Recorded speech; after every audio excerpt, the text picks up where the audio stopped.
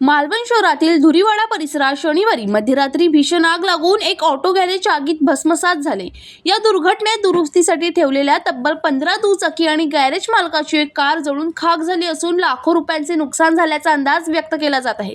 धुरीवाडा येथील काळूजी सदाशिव कांदळगावकर यांच्या रामेश्वर ऑटो गॅरेजमधून मध्यरात्री अचानक धुराचे लोट आणि आगीच्या ज्वाला दिसू लागल्यानंतर परिसरात एकच खळबळ उडाली। आग लागल्याची माहिती मिळताच स्थानिक नागरिकांनी घटनास्थळी धाव घेत पाण्याचा मारा सुरू केला। नगरपालिकेच्या बुलेट फायर फास्टच्या मदतीने आग नियंत्रणात आणण्यासाठी शर्थीचे प्रयत्न करण्यात आले।